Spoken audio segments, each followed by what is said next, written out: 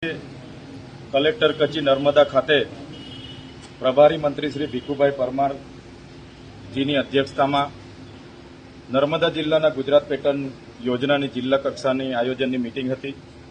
ત્યારે નર્મદા જિલ્લામાં આદિવાસીઓના વિકાસ માટે ગુજરાત પેટર્ન યોજના અંતર્ગત 60 કરોડ રૂપિયા આવેલા છે।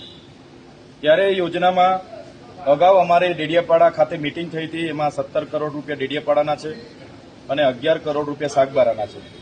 પરંતુ ધારાસભ્ય તરીકે અમે જે ત્યાંના ખેડૂતોને સિંચાઈના બોર મળે, ત્યાંના ખેડૂતોને સબમર્સિબલ પંપસેટ મળે, બહેનોને દૂધાળા ગાય ભેંસ મળે અને આંગણવાડી ના હોય ત્યાં આંગણવાડી બને, શાળા ન હોય ત્યાં શાળા બને, જ્યાં પીવાના પાણીની તકલીફ હોય ત્યાં પીવાના પાણીના કામ થાય, એવા કામો અમે સજેસ્ટ કર્યા હતા। પરંતુ પ્રભારી મંત્રી શ્રી ભીખુભાઈ પરમારે વડોદરા, અમદાવાદ અને સુરતની કેટલીક એજન્સીઓને સાથે રાખીને ડેડિયાપાડામાં 17 કરોડમાંથી 15 કરોડ જેટલું આયોજન બારોબાર એમણે કરી દીધું છે। એ જ પ્રકારે સાગબારામાં 11 કરોડમાંથી 8 થી 9 કરોડનું આયોજન ભીખુભાઈ પરમારે કરેલું છે। તો ડેડિયાપાડા અને સાગબારાની જનતાએ ધારાસભ્ય તરીકે મને મત આપ્યા છે, સાંસદ સભ્ય તરીકે મનસુખભાઈને મત આપ્યા છે અને અમે બધા ત્યાં ગામડાઓમાં ફરીએ છીએ ત્યારે લોકોની રજૂઆતો અમને મળે છે।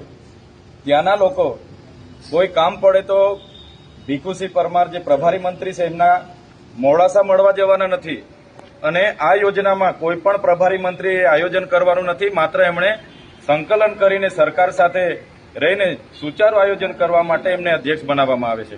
છતાં ભીખુસિંહ પરમારે 60 કરોડમાંથી લગભગ 45 થી 50 કરોડનું આયોજન કરીને નર્મદા જિલ્લાની આદિવાસી પ્રજા સાથે અન્યાય કર્યો છે। જે પ્રકારે ગુજરાત સરકારમાં જ્યારે નરેન્દ્રભાઈ મોદી મુખ્યમંત્રી હતા ત્યારે વનબંધુ કલ્યાણ યોજના અમલમાં મૂકી હતી, એમાં આજ દિન સુધી 1 લાખ કરોડનું આદિવાસીઓના વિકાસ માટેના બજેટ ફાળવવામાં આવ્યા છે। પણ આવા જ પ્રભારી મંત્રીઓ, આવા જ ડિસેકના અધિકારીઓ, ટ્રાઇબલના અધિકારીઓ આ આદિવાસીના હકના બજેટ ચાઉ કરી જાય છે, પોતાના ઘરે સગે વગે કરે છે, જેના કારણે બાળકો આજે કુપોષણથી પીડાય છે। નર્મદા જિલ્લામાં 12,332 બાળકો અતિ કુપોષણથી પીડાય છે, સિકલ સેલથી પીડાય છે। આજે રોજગારી નથી। અમે સિંચાઈના બોરની માંગ કરીએ છીએ ત્યારે નવા પ્રોજેક્ટો મંજૂર કરીને પૈસા લઈ જવાની વાત છે, ત્યારે અમારા લોકો સિંચાઈ ન હોવાના કારણે શહેરો તરફ સ્થળાંતર કરે છે, બાળકોનો ડ્રોપ આઉટનો રેશિયો પણ વધે છે। ત્યારે ભીખુસિંહ પરમાર દ્વારા એજન્સીઓની સાથે રાખીને જે 60 કરોડનું આયોજન હતું એમાં મોટે ભાગેનું આયોજન એમના દ્વારા કરવામાં આવ્યું છે, જેને હું વિરોધ કરું છું। જો આવનારા દિવસોમાં આમાં સુધારો નહીં કરવામાં આવે, અમારા લોકોના પીવાના પાણીના, રોડ રસ્તાના, આંગણવાડીના, શાળાના ઓરડા, ખેતીવાડીના બોર અને પશુપાલન માટેના ગાય ભેંસ મંજૂર નહીં કરવામાં આવશે તો આવનારા દિવસોમાં અમે અમારા વિસ્તારના લોકોને સાથે રાખીને ભીખુસિંહ પરમાર જે પ્રભારી મંત્રી છે એમની સામે, અધિકારીઓ સામે અમે આવનારા દિવસોમાં ગાંધી ચિંધ્યા માર્ગે આંદોલન કરીશું। સર, જે મંત્રીશ્રીએ જે બજેટની હમણાં જે ગ્રાન્ટની ફાળવણી કરી છે એમાં ખાસ કયા પ્રકારના કામોનો સમાવેશ કરેલો છે?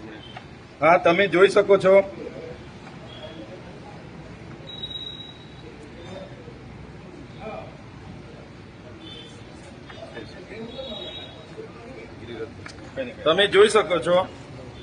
આમાં અમે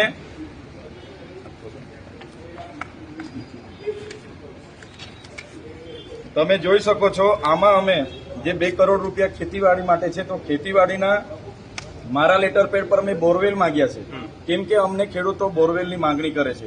બીજું કોઈને મોટર ના હોય તો મોટરની અમે માંગણી કરેલી છે। એ જ પ્રકારે પશુપાલનમાં અમે ગાય ભેંસની માંગણી કરેલી છે। એ જ પ્રકારે સિંચાઈના લાભાર્થીઓ માટે અમે સિંચાઈના બોર વાઇઝ માંગણી કરેલી છે કે ખેડૂતોને સિંચાઈના બોર આપવામાં આવે। એની જગ્યાએ આ લોકોએ એમણે આ ભીખુસિંહ પરમારની સૂચનાથી પ્રવાહી સેન્દ્રિય તત્વ 32 લાખના, સંકલિત જીવાત 11 લાખનું, સંકલિત પોષણ 18 લાખના, કિચન ગાર્ડન એવા છટકા મશીન એવા ભાવ કામ જે લોક ઉપયોગી નથી એવી યોજનાઓ મંજૂર કરીને બારોબાર એમણે અહીંના આદિવાસીઓના પૈસા વાપરી નાખ્યા છે। તમે જોઈ શકો છો એ જ પ્રકારે બીજી અનેક યોજના છે જેમાં પણ એ લોકોએ તમે જોઈ લો, આજે શાળાઓની અમે માંગણી કરી તો એ લોકોએ 3D ક્લાસરૂમ, હવે શાળા જ નથી તો તમે ક્યાં 3D ક્લાસરૂમ બનાવવાના છો? કુલર પૂરા પાડવા, હવે ઓરડા નથી તમે કુલર માટે ટાંકી કામ મૂકવાના છો? નળિયાવાડી નિહાળ છે અમારે ત્યાં હજુ જૂની. આસન પટ્ટા માટે આ 25 લાખ 20 લાખ આ 50 લાખ. શાળાઓ અપગ્રેડ કરવાના 50 લાખ, એટલે કલર મારવાના 50 લાખ. કઈ શાળાના? એટલે એમના લાગતા વળગતા કોન્ટ્રાક્ટરોના કહેવા પ્રમાણે, બહારના એનજીઓના કહેવા પ્રમાણે આ બધી ગ્રાન્ટ એમણે બારોબાર વાપરી કાઢી. મેં ડેડિયાપાડામાં 17 કરોડમાં આયોજન આપ્યું, માત્ર 50 લાખ જેટલા મારા આયોજન આવ્યું છે તે પણ આરસીસી રોડ એટલા મારા મંજૂર એમણે કર્યા છે. અને બીજું multipurpose shed, learning by doing kit, આ અમારા લોકોને જરૂર નથી. અમારા લોકોને શાળાના ઓરડાની જરૂર છે, આંગણવાડીની જરૂર છે, અમારા લોકોને સિંચાઈની જરૂર છે, અમારા લોકોને શિક્ષણની જરૂર છે, રોડની જરૂર છે. એની જગ્યાએ આ પ્રભારી મંત્રી દ્વારા એમના લાગતા વળગતા એનજીઓ એજન્સીઓને સાથે રાખીને નર્મદા જિલ્લાના આદિવાસીના વિકાસ માટેના 60 કરોડ રૂપિયામાંથી લગભગ 45 થી 50 કરોડનું આયોજન એમણે બારોબાર કર્યું છે. એમાં સાંસદશ્રીને પણ ખબર નથી, તાલુકા પ્રમુખે પણ હમણાં કીધું કે મને ખબર નથી. તો આ આયોજન અમને પૂછ્યા વગર કેમ ભીખુભાઈ પરમાર જેમણે પ્રભારી મંત્રીએ કર્યું, એ એક સવાલ છે. આવનારા દિવસોમાં સરકારશ્રીને પણ અમે જણાવીશું અને ઉગ્ર આંદોલન જે લોકોના પૈસા જે વપરાયા છે એને અમે સગે વગે કરવા નહીં દઈએ. આવનારા દિવસોમાં કલેક્ટર કચેરી ખાતે લોકોને સાથે રાખીને અમે ગાંધી ચિંધ્યા માર્ગે ઉગ્ર આંદોલન કરીશું. સર, ગત જે સંકલનની એક્ટિવિટીની બેઠક થઈ હતી તેમાં જે પ્રકારે તમને બાંહેધરી આપવામાં આવી હતી કે અગાઉ પ્રભારી મંત્રીશ્રી સાથે ચર્ચા કરીને તમારા કામોનો સમાવેશ કરવામાં આવશે, ત્યારે એ બાંહેધરીનું શું થયું? હવે આ લોકોએ મારી ગેરહાજરીમાં એનજીઓ પાસેથી 10-10% ટકાવારીઓ લઈ લીધી છે. એમાં અધિકારીઓએ પણ લીધી છે અને પ્રભારી મંત્રીશ્રીએ પણ લીધી છે. હવે કામ એમનાથી બદલાય એવું નથી.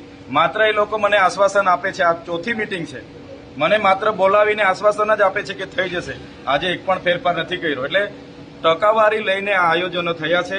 પણ હું સ્પષ્ટ કહેવા માંગુ છું, જે પ્રકારે ભૂતકાળમાં થયું છે, હું આ સમયે અમારા આદિવાસી લોકોના હકના પૈસા એ હું ક્યાંય છીનવવા નહીં દેમ.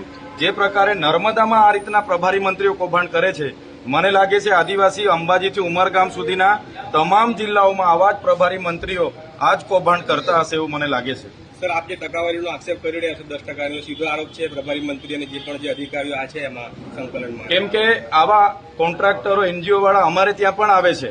અમને કહે છે કે તમારું લેટર પેડ આપો, અમે એમાં આ કામ મંજૂર કરીશું ને તમને એમાં આટલા આપીશું. અમે નથી. અમારા લોકોને બોર જોઈએ છે તો હું બોર જ આપું છું. અમારા લોકોને ગાય ભેંસ જોઈએ તો હું ગાય જ આયોજનમાં આપું છું.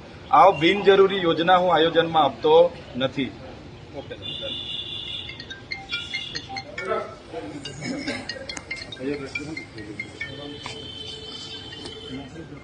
મિત્રો, આ હતા લાઈવ દ્રશ્ય કલેક્ટર કચેરીથી. આ વિડીયોને વધુમાં વધુ શેર કરજો. હું યુટ્યુબ પર અપલોડ કરવા જઈ રહ્યો છું. જય આદિવાસી, જય જોહાર.